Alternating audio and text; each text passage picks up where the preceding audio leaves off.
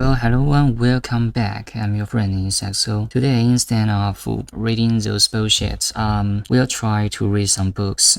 What is getting real? Want to build a successful web application? Then it's time to get real.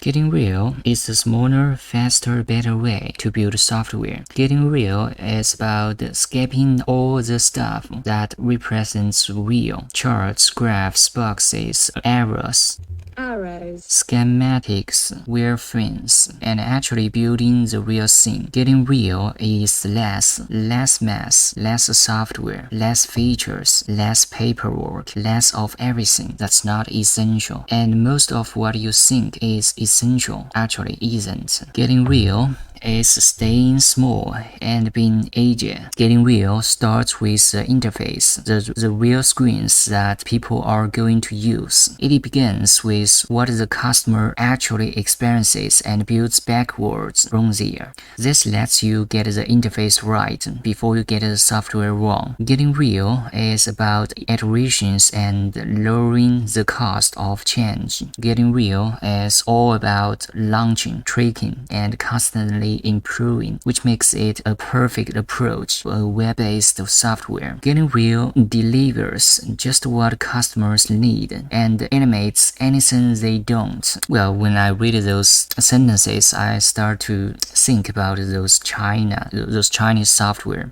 Well, most of them are too fucking complicated, and probably for me, I will never use all of those features they provided for me. But if you look at some foreigners' application, you will start to find that for each application, they will generally just do one thing, and they do it very good, and you will definitely use it every day. So this is the difference between the Chinese thinking and the foreigners thinking. Those Chinese are, let's say, busy with their coding, with their product, but in the end, they are making AS. They are trying their best to do some useless stuff. The benefits of getting real. Getting real delivers better results because it forces you to deal with actual problems you are trying to solve instead of your ideas about those problems. It forces you to deal with reality. Getting real forgoes function, specifics, and other transitory documentation in favor of building real screens. A functional specification is make-believe, an illusion of agreements, while an actual web page is reality. That's what your customers are going to say and use. That's what matters. Getting real gets you there faster, and that means you are making software decisions based on the real thing instead of abstract notions. Finally, getting real is an approach ideally suited to web-based software. The old-school model of shipping software in a box and then waiting a year or two to deliver an update is fading away. Unlike installed software, web apps can constantly enroll on a day-to-day BIOS. Getting real leverages this advantage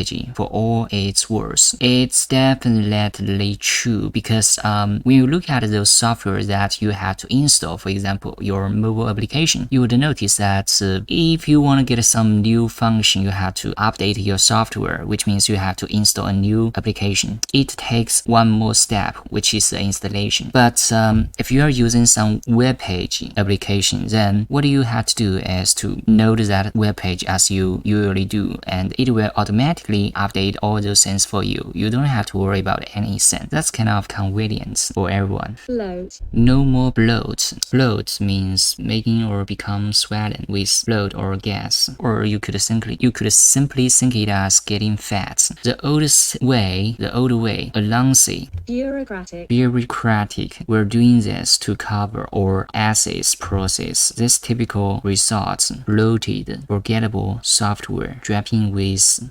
mediocrity. Well, I would definitely say for those Chinese software, they are fat, they are blood, they contains every functionality that you can think inside of that. Getting real gets rid of timelines that take months or even years, pie in the sky functional specifications. Sex. Scalability debates. Well, when he talk about the scalability, it means if your software is very complex, it's very hard to make it scale. But if your business model is quite simple, it might be easier for you to do the scale. That's my thinking. I don't know how the other thinks about it. Interminable. Interminable. Endless. Endless staff meetings. Yes, of course, if you need to make a lot of features, then you have to make a lot of meetings to gather those people and ask if we should aid this or not, or how can we do that. It takes time. The need to hire dozens of employees. That's true. If you need more functionality, you have to hire more people to make those things real. Meaningless version numbers. Well, if your software is simple, you probably only have to update it, let's say for a few months, because you will make less bugs if you do some simple stuff. Pristine. Pristine roadmaps that predict the perfect future. Endless reference options. Outsourced support. Unrealistic user testing. Useless paperwork. Top-down hierarchy. You don't need tons of money or a huge team or a lengthy development circle to build great software. Those things are the integrates for slow, murky, changeless applications. Getting real takes the opposite approach. In this book, we show you the importance of having a philosophy. When staying small is a good thing. Why staying small is a good thing. How to build less. How to get from idea to reality quickly. How to staff your team. Why you should design from the inside out. Why writing is so crucial. Why you should underdo your competition. What is underdo means here? Underdo. How to promote your app and spread the word. Secrets to successful support. Tips on keeping momentum going after launch. Momentum. And lots more. The focus is on big picture ideas. We won't bog you down with detailed code slabs or CSS tracks. We will stick to the mature ideas and philosophies that drive the getting real process. Is this book for you? You're an entrepreneur, designer, programmer, or marketer working on a big idea. You realize the old rules don't apply anymore. Distribute your software on CD-ROMs every year. How 2002 version numbers. Out of the window. You need to build, launch, and trick, then rinse and repeat. Or maybe you are not yet on board with agile development and business structures, but you are eager to learn more. If this sounds like you, then this book is for you. Notice, while this book emphasizes on building a web application, but actually you can use the same method to build any kind of software you want. Well, one thing to notice, for this book, it is written in 2006, which means it's a quite old book. But as you know, it contains some content that would be quite useful for you if you read it at that time. Then you make some software based on its philosophy. You will be very successful because, as you say, it's 2006.